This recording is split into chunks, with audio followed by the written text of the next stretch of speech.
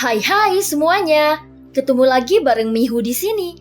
Oh iya, kali ini Mihu akan membawakan alur cerita dari film Donghua yang berjudul Battle Through the Heaven. Mihu mengingatkan sekali lagi ya bahwa konten ini full spoiler. Mari siapkan cemilannya dan mari kita mulai alur ceritanya.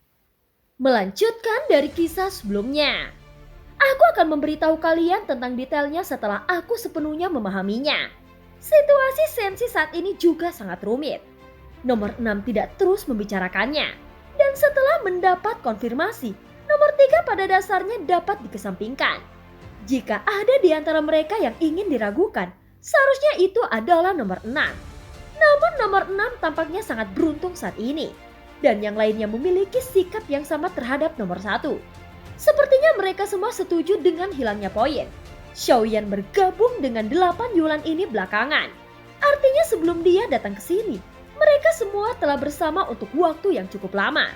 Sehingga mereka punya cukup waktu untuk bisa memiliki rasa saling percaya satu sama lain. Yang membuat mereka tidak ragu untuk berbagi informasi. Meskipun informasinya tidak terlalu detail, namun itu tetap berguna untuk semua orang. Kau dapat memahami informasi dunia lain di dunia yang berbeda. Bagaimana denganmu? Suara keluar dari sosok nomor 1. Dan itu sekali lagi menegaskan bahwa dia adalah pemimpin di sini. Aku tidak memiliki informasi untuk dibagikan saat ini. Tetapi kali ini, ada beberapa bahan material dan bahan obat yang ada di dalam daftar. Dan aku berharap memperoleh bantuan dari nomor 1 atau dapat menukarkannya. Ucap sosok nomor 3 berkata perlahan. Mendengar ini Xiaoyan sedikit mengangkat alisnya. Apa yang dikatakannya lebih terdengar seperti seorang pengusaha. Yang membuat Xiaoyan penasaran adalah tentang orang-orang ini. Bahan obat tampaknya sangat penting di sini dan memiliki nilai yang sangat tinggi. Dia tidak memiliki informasi dan hanya memiliki bahan material dan bahan obat yang tersedia untuk dibagikan. Dan jawabannya bahkan terkesan lebih pendek. Selama percakapan sosok Yulan ini, selain mendengarkan dengan cermat, Xiaoyan juga memikirkan bagaimana dia harus menjawab. Saat ini dia hanya tahu sedikit informasi.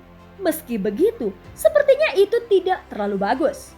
Dari percakapan tersebut, Xiaoyan menganalisis identitas mereka satu persatu. Kecuali nomor 1 yang tidak bisa ditebak Xiaoyan. Xiaoyan memiliki kesan samar tentang yang lain. Saat ini dia mendapatkan informasi dari dunia lain yang disebut alam dewa 9 surga.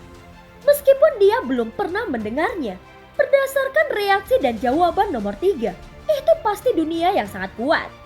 Nomor 2 selalu pergi dengan tergesa-gesa sebelumnya, yang menunjukkan bahwa dia juga sangat kuat. Dan dia seharusnya berasal dari alam dewa 9 surga.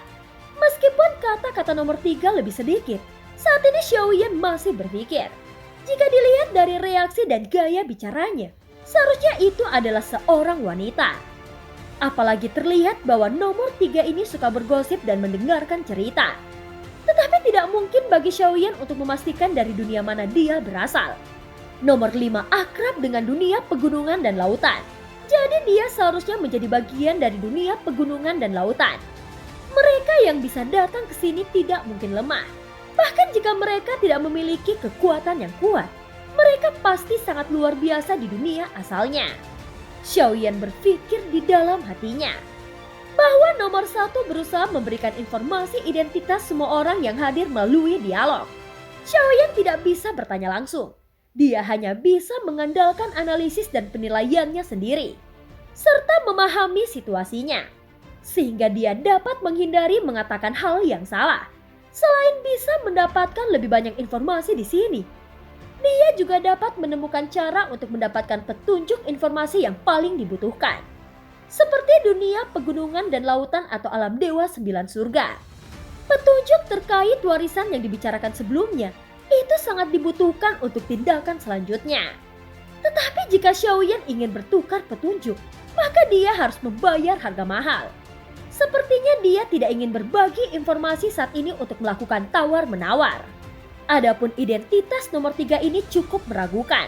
Jika dia tidak berbohong, itu pasti dari Senshi. Mungkinkah dia adalah ratu? Dan sosok lain yang terlintas di benak Xiaoyan. Ada banyak sosok lain yang terlintas di benak Xiaoyan.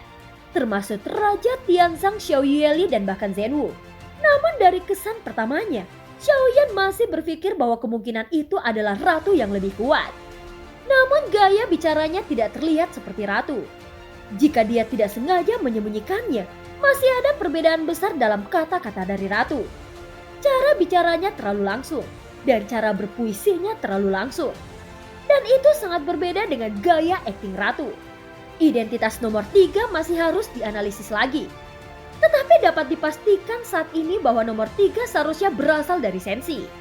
Dan tidak akan menimbulkan ancaman apapun baginya. Adapun nomor 7 dan 8, mereka tampaknya pandai membuat kesepakatan. Dan kesepakatan yang dia buat menjangkau dunia yang cukup menakutkan. Dan dia seharusnya pandai berakting. Dan tidak perlu curiga dengan identitas keduanya. Kau seharusnya punya keahlian khusus. Karena kau datang ke sini belakangan. Dan kau seharusnya sudah mengerti bahwa kita berkumpul di sini untuk berbagi dan bertukar informasi ataupun barang. Jika memiliki informasi berharga, kau dapat membicarakannya. Bicaralah dengan bebas dan dapatkan apa yang kau butuhkan. Setelah jeda sesaat, nomor 1 sekali lagi memimpin keseluruhan situasi dan berkata kepada Xiaoyan. Mendengar ini, sosok lain seperti nomor 2 yang sebelumnya sangat ingin pergi akhirnya tidak pergi. Jelas mereka sangat tertarik dengan pendatang baru Xiaoyan. Dan kata-kata Xiaoyan sebelumnya tidak mengungkapkan identitasnya dan dunia tempat dia berasal. Semakin misterius, maka akan semakin menarik. Saat ini tidak ada informasi yang berguna untuk dibagikan oleh Xiaoyan. Tentu saja dia masih memutuskan untuk memilih menyembunyikan identitasnya untuk sementara. Karena dengan kekuatannya saat ini masih belum cukup kuat, dan itu akan menimbulkan bahaya baginya. Meskipun nomor 3 di antara 8 Yulan berasal dari Sensi, jika Xiaoyan mengungkapkan bahwa dia juga dari Sensi, maka sebelum identitas sebenarnya nomor 3 terungkap, maka dia bisa saja menjadi ancaman terbesar bagi Xiaoyan. Xiaoyan terdiam. Pada saat ini Xiaoyan terdiam, dan mereka terus melihat Xiaoyan. Seolah-olah mereka semua berharap Xiaoyan bisa mengatakan sesuatu. Tetapi Xiaoyan memilih untuk tetap diam saat ini. Meski terkesan banyak informasi, nyatanya banyak informasi yang terlalu umum dan tidak memiliki nilai khusus. Adapun situasi alam Dewa 9 Surga dunia pegunungan dan lautan, selama Xiaoyan langsung pergi ke sana, dia bisa mengetahui informasinya. Ada satu hal yang sebenarnya aku ingin tahu. Apakah aku bisa untuk bertanya? Saat semua orang terdiam, tiba-tiba Xiaoyan berkata, "Berbicaralah dengan bebas. Kau dapat mengajukan pertanyaan apapun. Tentu saja kami juga dapat memilih untuk tidak menjawab sebagai tanggapan." Ucap nomor 1 menanggapi Xiaoyan dan segera Xiaoyan membuka mulutnya. "Aku ingin bertanya, apa sebenarnya yang dicari oleh makhluk hitam raksasa itu?" tanya Xiaoyan. Setiap orang sepertinya memiliki petunjuk. Dan pertanyaan ini langsung membuat suasana kembali hening. Tetapi nomor 2 tetap tidak pergi. Kau memiliki kesempatan 2 kali untuk berbicara. Mungkin ada hal lain yang dapat diceritakan Xiaoyan. Tetapi dia masih menahan diri saat ini. Dan tentu saja, dia juga tidak tahu apa yang dicari oleh makhluk hitam raksasa itu sekarang. Jika Xiaoyan ingin menginformasikan identitasnya, maka dia seharusnya memberikan informasi yang berkaitan dengan hal-hal yang dialaminya sebelumnya. Katakan padaku, apakah ada yang pernah mendekati pilar itu? Ucap Xiaoyan bertanya setelah diam sejenak. Hei, itu adalah tempat terlarang. Jika kau berani mendekatinya, kau akan dimusnahkan oleh raja. Apa yang raja cari seharusnya terkait dengan pilar ini? Ucap sosok nomor 1 menanggapi. Dan Xiaoyan mulai berpikir dan berbicara lagi. Mungkinkah pilar itu ada yang kurang? Pada saat ini jantung Xiaoyan berdetak lebih kencang. Karena saat ini dia berbicara omong kosong. Ketika Xiaoyan mengatakan ini, semua orang yang hadir tercengang. Sepertinya mereka tidak pernah berpikir ke arah ini. Tapi kedengarannya terlalu tidak masuk akal. Belum ada petunjuk yang pasti. Tapi yang pasti itu berhubungan dengan pilar ini. Ucap Xiaoyan melanjutkan. Tentu saja Xiaoyan tidak pernah sepenuhnya berada di pilar. Karena ketika dia ingin mendekati pilar, raja bereaksi agresif. Dan alasannya seharusnya terkait dengan benda yang dia cari. Lagi pula selain Xiaoyan, mereka tidak pernah mendekati pilar seberani Xiaoyan. Sehingga wajar jika mereka meragukan kata-kata Xiaoyan. Saat semua orang terdiam, Xiaoyan merasa gugup. Lagi pula dia sebenarnya berbicara omong kosong. Bukankah akan memalukan jika itu terungkap? Memang ada pernyataan seperti itu. Tapi sejauh ini belum ada petunjuk baru yang muncul. Pada saat ini sosok nomor 1 tiba-tiba berbicara. Dan Xiaoyan merasa lega ketika mendengar kata-kata itu. Yang tidak dia duga adalah hal seperti itu benar-benar terjadi. Tapi Xiaoyan merasa bahwa nomor 1 dengan sengaja membantunya. Setelah nanti ku konfirmasi, aku akan membagikan informasi ini dengan kalian. Xiaoyan terus terlihat misterius dan mencoba yang terbaik untuk secara bertahap membuat dirinya berharga di sini. Sehingga dia dapat bertukar informasi yang lebih bermanfaat atau mendapatkan lebih banyak informasi. Apakah Suotua itu pil? Dan apakah ada nilai khusus untuk memurnikannya? Ucap Xiaoyan segera berbicara lagi. Sebelumnya dia telah berhutang budi dan tidak tahu kapan dia akan diatur. Jadi dia harus menemukan cara untuk membuat orang lain juga berhutang budi padanya. Nilai pil ini tidak terlalu tinggi, tetapi persyaratannya cukup berat. Kau harus memiliki api asli. Jika tidak, pil ini tidak dapat dimurnikan dan ini adalah pil tingkat dewa. Ucap nomor 3 menanggapi Xiaoyan. Meskipun sudah lama tidak memurnikan pil, Xiaoyan berpikir bahwa kadar obat semangat juang dengan jelas dibagi menjadi 3 bagian. Yaitu kadar nilai suci, nilai dewa, dan keberuntungan. Dan jika itu adalah tingkat dewa, seharusnya tidak masalah dengan kekuatan jiwa Xiaoyan saat ini. Meskipun sudah lama tidak dipraktekkan, namun dengan peningkatan kekuatan jiwa Xiaoyan, seharusnya secara alami tingkat kemampuan pemurnian pil juga meningkat. Adapun untuk sumber api, Xiaoyan tidak akan mengalami kesulitan sama sekali. Karena dia bahkan memiliki 3 jantung api. Aku dapat mencobanya, tetapi aku tidak dapat menjamin bahwa ini akan berhasil disempurnakan. Ucap Xiaoyan melanjutkan dan berbicara dengan penuh percaya diri. Tidak masalah jika kau gagal, dan kau bisa mencobanya beberapa kali lagi. Dan jumlah bahan obat seharusnya cukup untuk kau mencobanya. Ucap sosok nomor 3 menanggapi. Dan sepertinya dia tidak berharap akan berhutang budi pada Xiaoyan. Setelah pertemuan selesai, aku akan memberikan resep dan bahan obat yang dipercayakan oleh nomor 3. Ucap nomor 1 perlahan terdengar. Baik, ucap Xiaoyan langsung memberikan tanggapan ke nomor 1. Baiklah, sekarang setelah berbagi informasi selesai, apakah kalian masih memiliki sesuatu untuk ditambahkan lagi? Ucap sosok nomor 1 terus memimpin keseluruhan situasi. Dan setelah menunggu beberapa saat, tidak ada yang menjawab dan suasana kembali hening. Jika memang dirasa sudah cukup, silahkan untuk bubar. Mereka yang sedang terburu-buru bisa pergi terlebih dahulu. Ucap nomor 1. Tidak mengherankan jika sosok Yulan nomor 2 langsung menghilang lebih dulu. Diikuti oleh sosok nomor 4, 6, 7, dan 8. Sekarang hanya tersisa nomor 1, 3, 5, dan Xiaoyan. Alasan mengapa Xiaoyan tidak pergi adalah karena dia belum menerima resep dan bahan obat milik nomor 3. Dan dia juga sama sekali tidak tahu bagaimana cara pergi dari sini. Terakhir kali saat dia pergi dari sini, dia merasa dikirim kembali secara paksa oleh nomor 1. Sosok nomor 3 dan nomor 5 belum pergi. Sepertinya masih ada sesuatu yang ingin didiskusikan oleh mereka. Apakah gejolak sensi saat ini disebabkan oleh faktor eksternal?